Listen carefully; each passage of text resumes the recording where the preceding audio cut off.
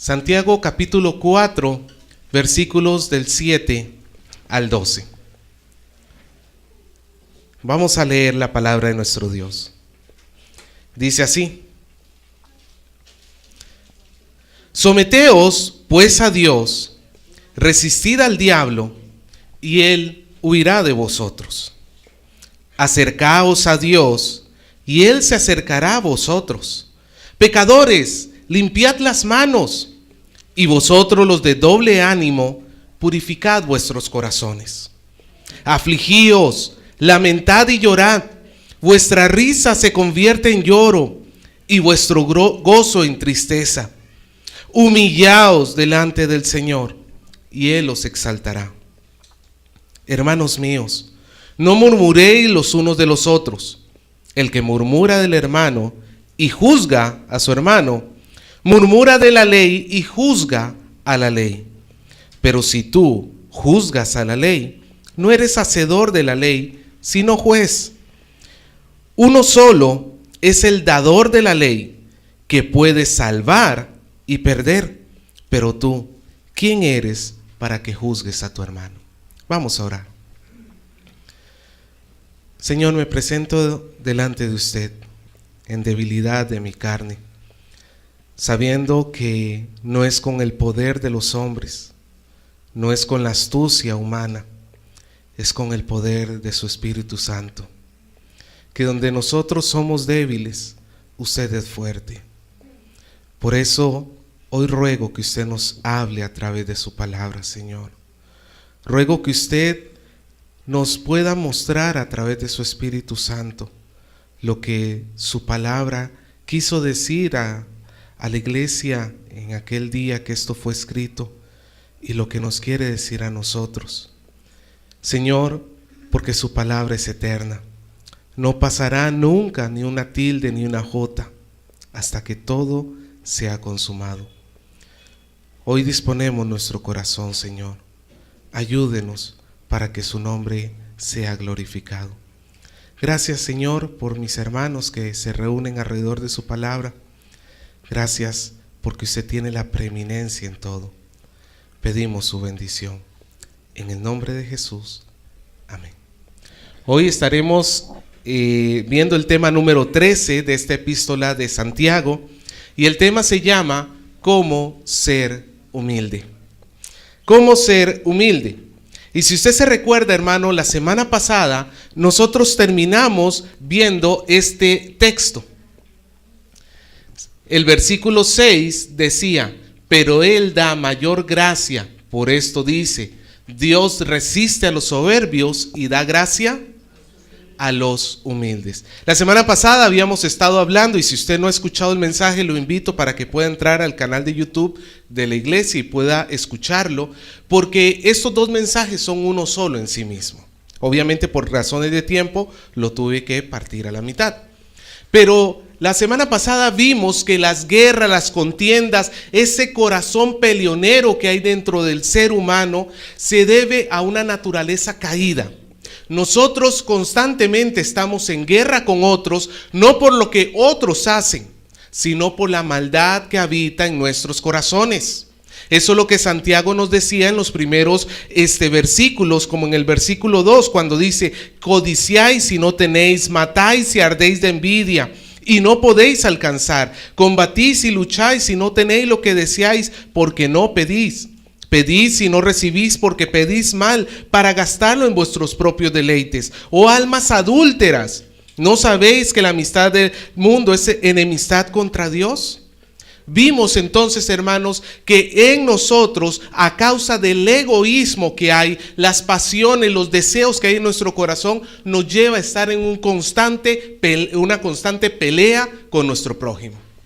Pero solamente hay una forma de poder evitar esto, y la respuesta no está, la solución no está en el hombre en sí mismo. No es como dicen los libros de autoayuda: en ti mismo está la solución de tus problemas. No, hermano, en el hombre no hay la solución está en Dios. Y por eso este versículo nos dice que a pesar de que el hombre está lleno de maldad, Dios da una gracia mayor, que la maldad de los hombres. Eres un peleonero, te dicen Pánfilo. ¿Usted ha escuchado esa canción? La de Pánfilo. Uy, hermano, usted no tuvo infancia. No, broma. Hay una canción de Cricri, creo que es, que habla de un niño llamado Pánfilo, el peleonero, y se agarra con todo el mundo en su salón, y a veces así somos nosotros, hermanos, peleoneros, renegones, enojones.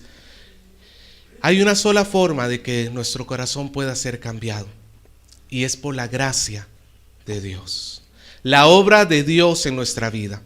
Pero para poder acceder a esta gracia, yo necesito humildad. Y ese es el punto que une la prédica de la semana pasada con la de esta semana. Yo no puedo encontrar la gracia para cambiar mi vida si no soy humilde. Y ahora entonces la pregunta sería, ¿qué es la humildad? ¿Qué características tiene la humildad? Y más importante aún, ¿cómo puedo ser humilde? Y hoy vamos a estar aprendiendo esto a través de la palabra de nuestro Dios. El versículo del 7 al 10 vamos a encontrar el primer punto. La humildad es sometimiento a Dios. Versículo 7 dice: someteos pues a Dios, resistid al diablo y él huirá de vosotros. Este versículo lo conocemos y lo conocemos de memoria, ¿no es cierto? Someteos pues a Dios, resistid al diablo y él huirá de vosotros. Y nosotros le hacemos mucho énfasis, como decía Gerson al inicio del culto, a la segunda parte, que nosotros tenemos que resistir al diablo. Y ahí nos ponemos los guantes de box y queremos pelearnos con él, y se nos olvida la clave de todo esto. En realidad, para que yo pueda ser humilde y para que pueda resistir al diablo, para que pueda evitar caer en tentación, tengo que someterme a Dios. En primer lugar, la humildad es sometimiento. ¿Qué es sometimiento? Sometimiento significa estar debajo de alguien que es de mayor rango. Santiago en este pasaje utiliza muchos términos militares. Por ejemplo, resistir, que es una guerra que hay. La misma palabra guerra se expresa en el versículo 1. Y acá nos dice que el cristiano tiene que estar sometido. Como un soldado se somete a sus autoridades superiores, así el creyente tiene que estar sometido, tiene que estar bajo las órdenes de Dios. Porque la palabra de Dios nos dice muchas formas que nosotros tenemos que actuar cuando nos encontramos acalorados. Por ejemplo, Romano nos dice que no paguemos mal por mal. Que el mal no se puede vencer con el mal. Nosotros al que nos hace mal, ¿qué tenemos que hacerle? Bien, las palabras de Jesús en el Sermón del Monte nos dice que por los que nos persiguen, aquellos que nos ultrajan, nosotros tenemos que bendecirlos y orar por ellos. Ah, Señor, pero yo no quiero, porque me cae mal fulano de tal, porque estoy en pleito con fulano de tal. No te estás sometiendo a Dios. La palabra de Dios nos dice que debemos perdonar a todos los hombres sus ofensas. Señor, ¿hasta cuándo perdonaré a mi hermano que peca contra mí? Y Pedro todavía muy espiritual, ¿hasta 7? ¿Cuál fue la respuesta del Señor? Lo cual quiere decir todo el tiempo, sin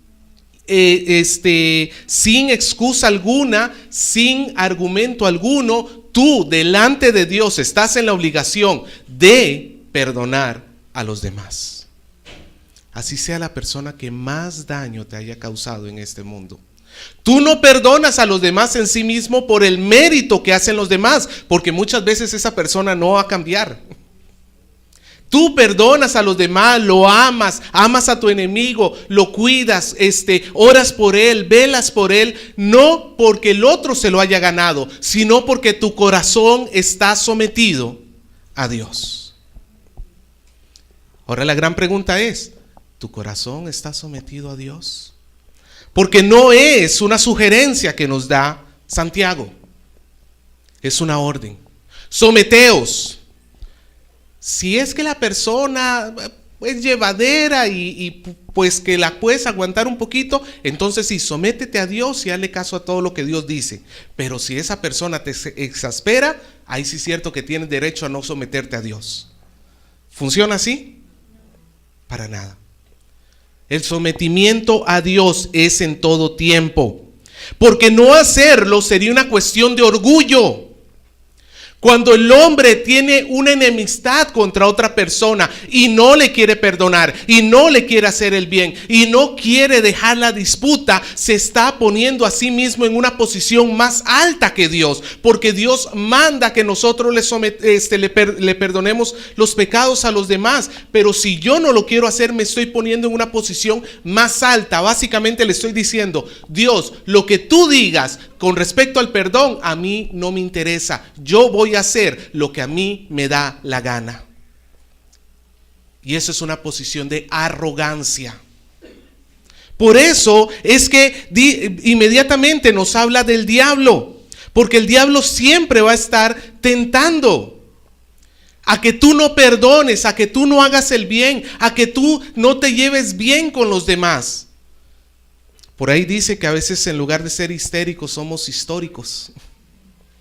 Porque cuando alguien nos falla y le hemos perdonado, a la siguiente falla volvemos a recordar todos aquellos fallos que ya nos hizo. Imagínense que Dios fuera de esa manera. Satanás nos vende el anzuelo de comenzar a tener resentimiento en nuestro corazón. Y yo tengo que estar consciente que el perdón no es un paso sencillo, el perdón no es un paso fácil, pero yo en humildad tengo que aprender a no ser arrogante. Porque si no me someto a Dios, Satanás va a tratar de llenar mi mente de todo tipo de recuerdos, de todo tipo de pensamientos. Ya ves, nunca va a cambiar, siempre va a hacer esto, ya, ¿para qué va tanto a la iglesia? Y va a llenarte la cabeza de un montón de cosas. Pero nuestra labor es someternos a Dios para que podamos resistir al diablo. Resistir es la misma palabra que tenemos en el versículo 6, donde nos dice que Dios resiste a los soberbios. Y dijimos que ese es un término militar que significa armar una guerra en contra. Dios te arma una guerra en contra de los soberbios, pero los humildes arman una guerra en contra de Satanás, de la carne que quiere llevarte. Hermanos, es curioso, en este pasaje se nos menciona los tres enemigos que tenemos los seres humanos. En el versículo 1 se nos habla de nuestras pasiones. En el versículo 4 se nos habla del mundo y en el versículo 7 se nos habla de Satanás. Y nosotros tenemos que estar conscientes que estos tres enemigos que hay que tenemos, que somos nuestras propias pasiones, nuestra carne, el mundo que nos invita a vivir perdidamente y Satanás que va a estar activamente tratando de llenar nuestra mente de todo tipo de argumentos en contra de la palabra de Dios, nosotros tenemos que resistir.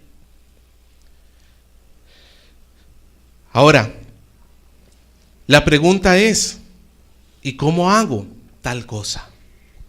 ¿Cómo resisto? ¿Cómo me someto a Dios? ¿Cómo puedo mostrar humildad? El versículo 8 nos comienza diciendo: acercaos a Dios y Él se acercará a vosotros. La clave para la verdadera humildad, la clave para el sometimiento a Dios, la clave para resistir al enemigo es acercarnos a Dios. ¿Qué significa acercarnos a Dios? Pues hermano, lo podemos entender de lo más fácil. ¿Qué pasa cuando yo me acerco a usted? Estaba lejos y ahora estoy cerca. ¿Cómo podemos hacer nosotros para acercarnos a Dios? ¿Qué medios tenemos para acercarnos a Dios? Ok, muy bien, la oración. ¿Qué más? La palabra, el estudio de la palabra. Hermano, si usted quiere controlar su carácter, si usted quiere ser una persona pacífica, si usted quiere ser una persona que ama a los demás, no lo puede hacer lejos de la presencia de Dios, porque todas estas cosas son fruto del Espíritu Santo.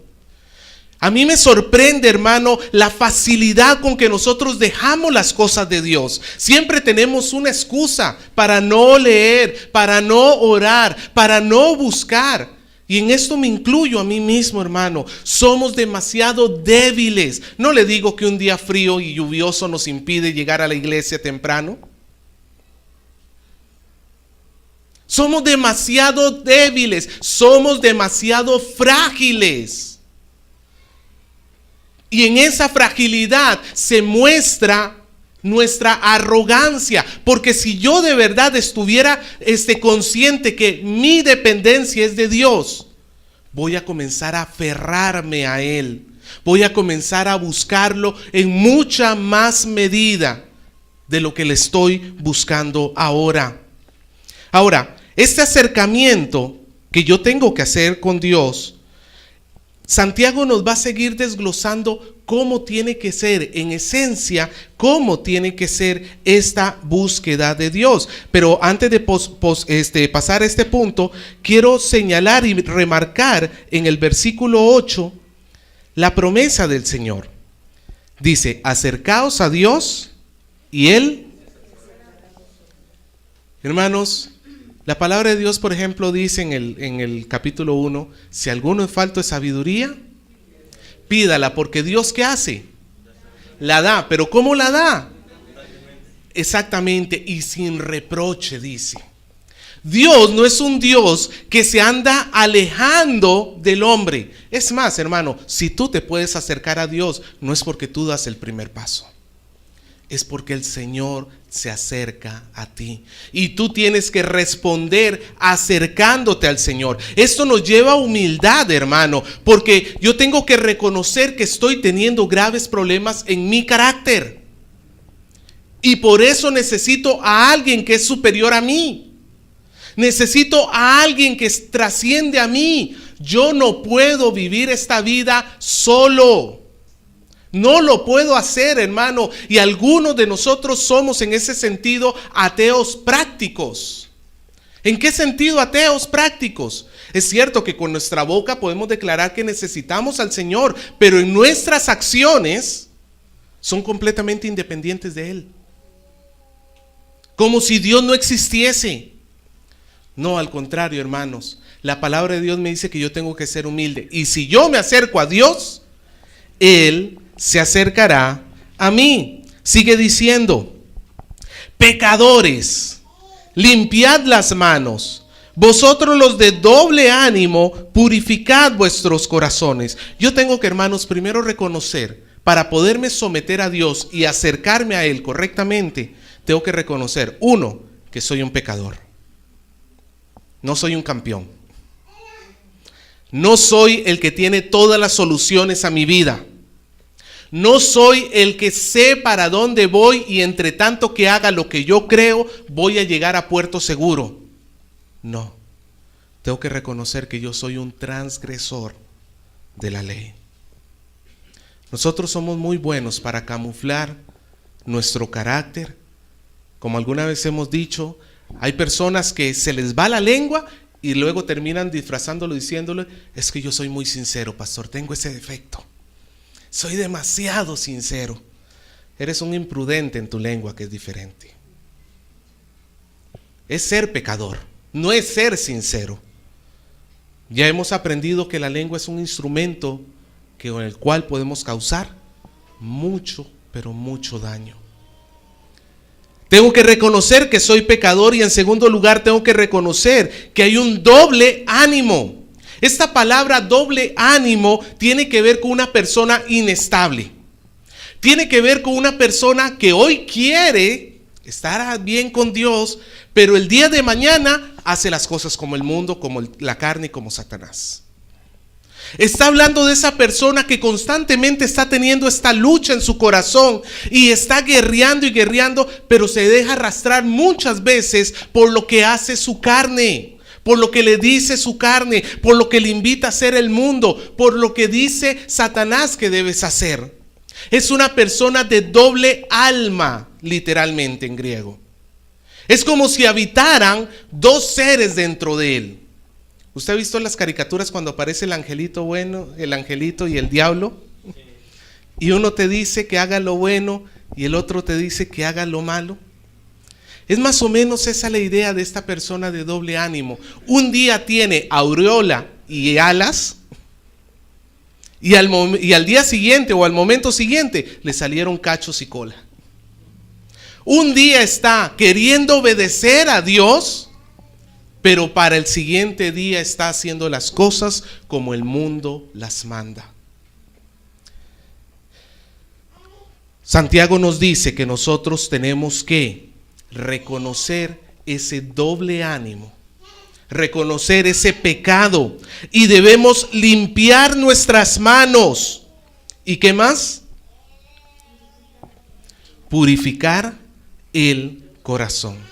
Limpiar las manos, Santiago utiliza una figura que iba a ser muy familiar para los judíos. Recordemos que Santiago le escribe aquí a una comunidad judía que se encuentra en la diáspora. Ellos han salido de Jerusalén. Y Santiago les está diciendo que ellos deben limpiar las manos, y esto en la mente de los judíos inmediatamente los iba a llevar al tiempo del tabernáculo y del templo. Porque un sacerdote, antes de presentar su servicio a Dios, ¿qué tenía que hacer?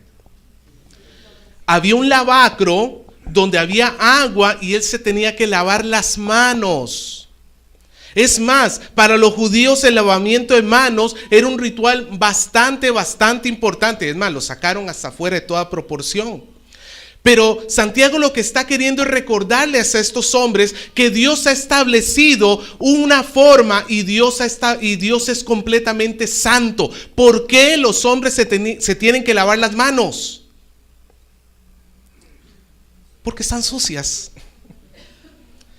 Porque están sucias, porque nosotros en nosotros mismos no estamos limpios. Y esto no tiene nada que ver con el alcohol que le ponen a usted a la entrada de la iglesia, dicho sea de paso. Porque no estamos hablando de una limpieza de manos física. Porque en la cruz se cumplió todo lo que había sido símbolos en el Antiguo Testamento. Cómo nosotros limpiamos nuestro ser, cómo nosotros purificamos nuestras manos cuando hemos pecado. La palabra de Dios dice que confesemos a Dios nuestros pecados y Él va a limpiarnos. Que si nosotros hemos pecado, tenemos abogado delante del Padre. Pero quien no entiende que sus manos están sucias, quien es soberbio y arrogante y se pelea con otro y dice, no, pero yo tengo la razón. Así tú estés pecando, tú te sigues manteniendo firme diciendo, yo tengo la razón. Hermano, tú puedes tener la razón en cuanto al pleito, pero ninguna circunstancia nos valida el pecado en nosotros.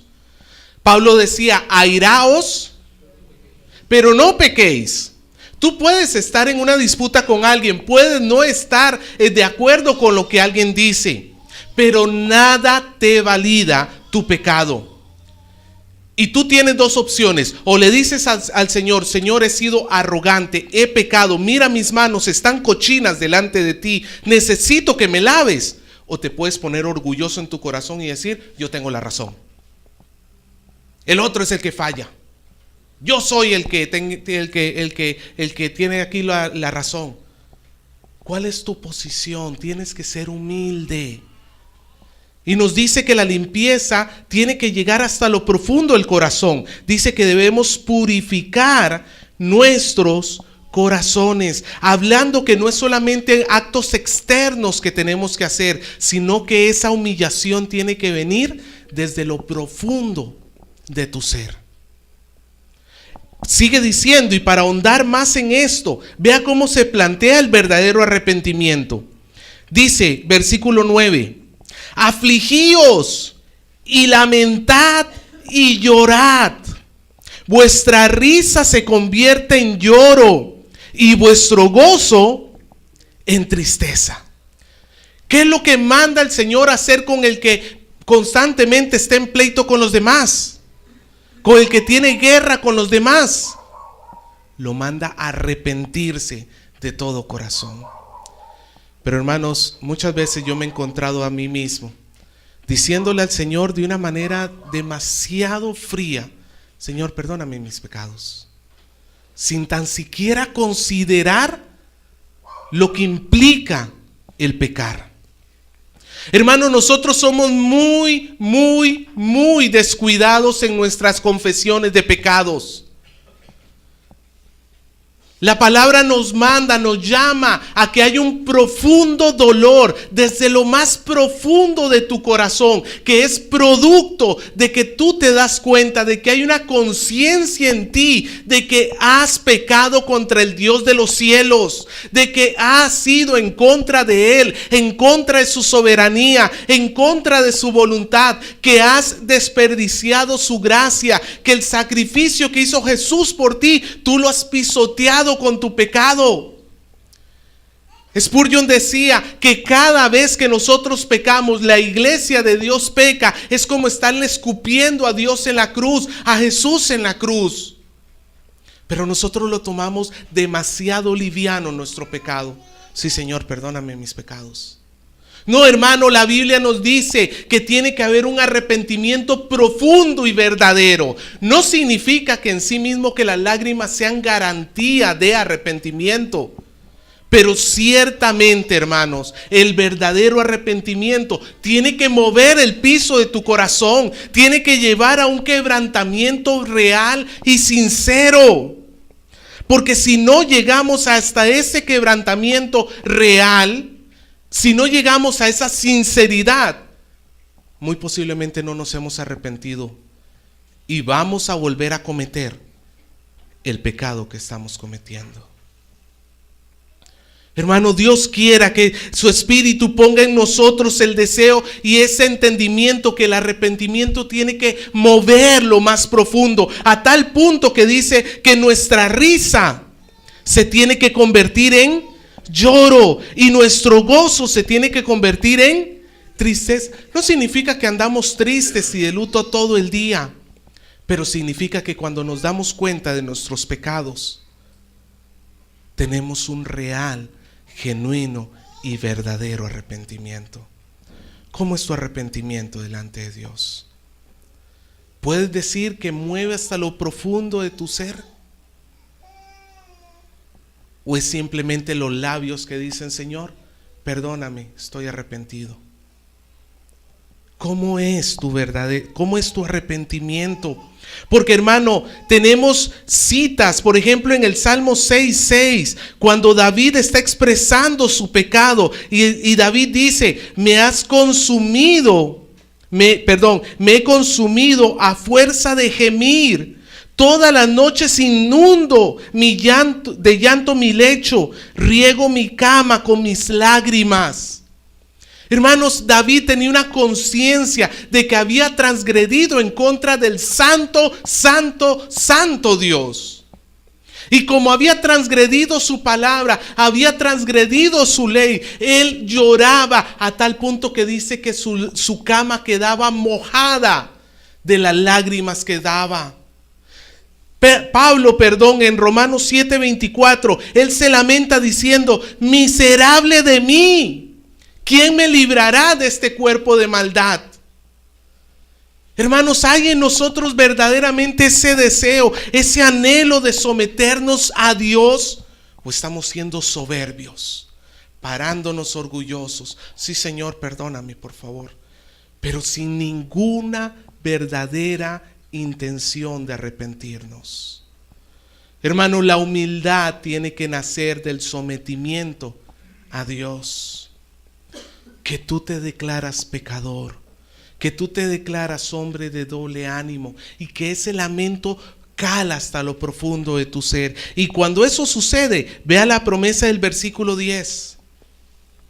Cuando tú verdaderamente haces esto, dice: humillaos delante del Señor y Él os exaltará.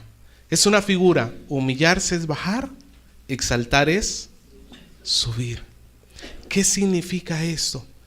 Que Dios va a cambiar tu ser, de tal manera que la próxima vez que te tengas que enfrentar a este tipo de problemas, vas a poder reaccionar de una manera diferente, de una manera que honre a Dios. Hermanos, no cambiamos, no porque no podamos.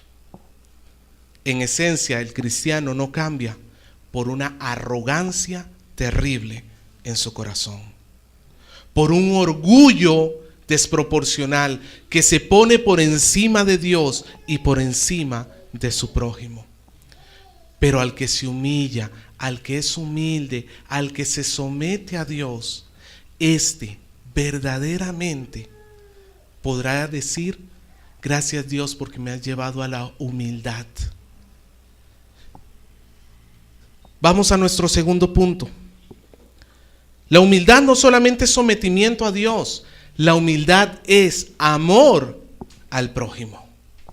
Versículos 11 y 12. Hermanos, no murmuréis los unos de los otros. El que murmura del hermano y juzga a su hermano, murmura de la ley y juzga la ley. Hermano, esto suena grave, ¿no?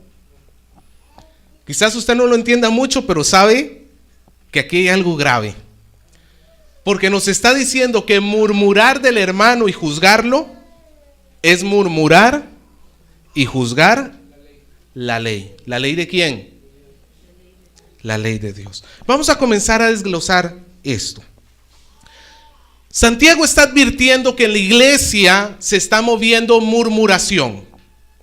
¿Qué es murmuración? En español la palabra murmuración es una onomatopeya, significa personas que están haciendo o sea, puras conversaciones por ahí bajito.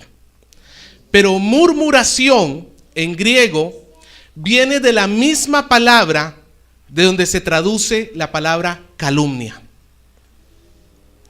Son personas que se están murmurando, se están calumniando. Hay un mal deseo, hay un mal corazón del uno para con el otro. Y aquí hay un punto que nos relaciona el punto anterior con este punto.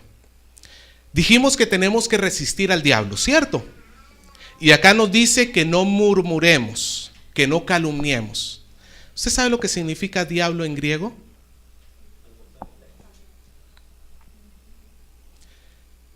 Y otra forma de traducirlo es el que calumnia. Uno que está calumniando. Hermanos, estamos hablando que cuando en la iglesia tú tienes un mal corazón con otro, tienes una enemistad, aunque no solamente en la iglesia, estamos hablando en términos generales, pero básicamente cuando tú en tu corazón tienes un mal corazón hacia otro que te lleva a estar murmurando con otro, ya ves, todo lo hace mal, yo lo haría mejor, y ya otra vez está en lo mismo, y tú comienzas a murmurar y chismear y llevar contención de un lugar a otro, tú estás haciendo la misma obra que hace Satanás. Tú estás haciendo exactamente lo mismo que hace Satanás. Te estás haciendo un amigo, un aliado de Satanás. Por eso es que, hermano, la lengua tiene que tener mucho control. Nuevamente vemos un pecado de la lengua acá. La iglesia murmurando los unos de los otros y llegando hasta el punto de juzgarlo. ¿En qué sentido juzgarlo? Está hablando en el sentido que se estaba mandando a esa persona a condenación. Nunca va a cambiar. Ya está fuera de la gracia del Señor. Ni Dios puede con Tu alma se va a ir a los mismos infiernos. Espérate un ratito, hermano. ¿Y tú quién eres? Vamos a esto.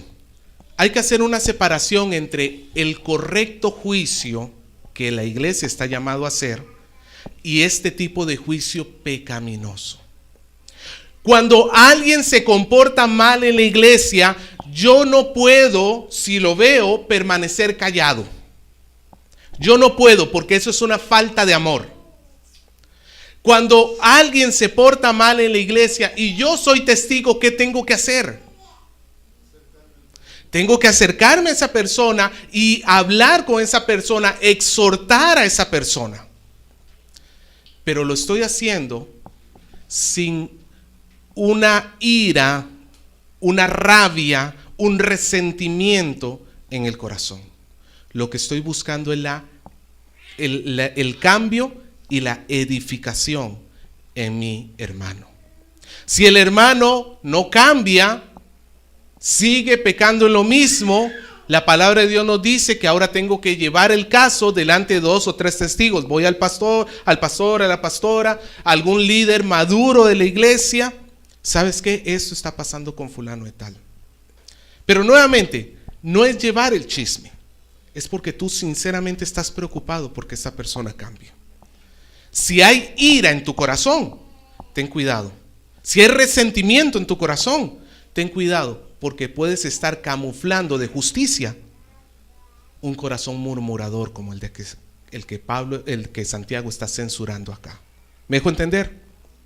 La cuestión es que estos hombres están desde su corazón teniendo enemistad con otros y se van justificando e incluso llegan al punto de juzgarlos, de mandarlos al infierno, de decir tú ya no tienes opción, tú no sirves para nada, tú eres tal y cual persona.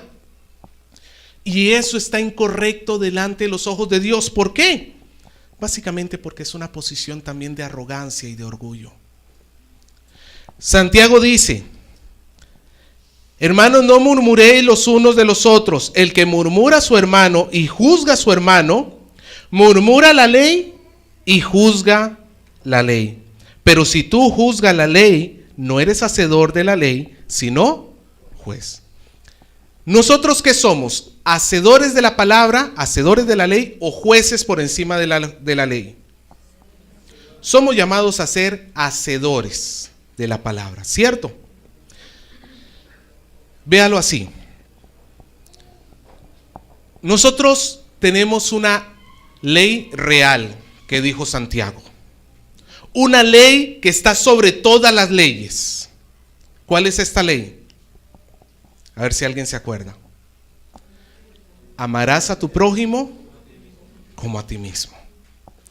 Esa es la ley que está por encima de todo, juntamente con amar a Dios con todo el corazón, con toda el alma, con toda la mente. Esas dos leyes, si tú te pones a cumplir esas dos leyes, no le tienes que tener miedo al pecado, porque siempre vas a estar dentro de la voluntad de Dios.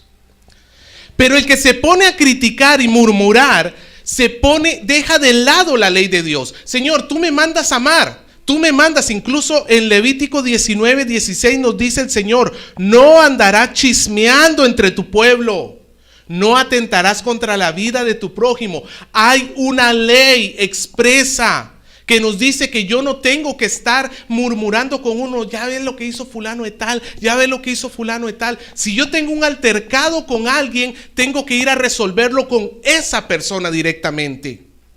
¿Me dejo entender? Pero yo dejo de lado la ley de Dios. Amar a tu prójimo como a ti mismo, no me gusta, no creo en eso, no me conviene. Y desecho la ley de Dios. Los únicos en el tiempo bíblico que podían establecer leyes y derogar leyes son los jueces. Como hoy tenemos en nuestro sistema, ¿quiénes son los que ponen leyes y quitan leyes? El Congreso. Imagínense que de repente usted va por la avenida Venezuela y se brinca el semáforo en rojo y lo para el policía. Y usted dice: no, pero es que yo he abolido esa ley del semáforo en rojo. Para mí esa ley no sirve para nada. No me puedes poner multa. Bueno, el policía, aparte de verte como un loco,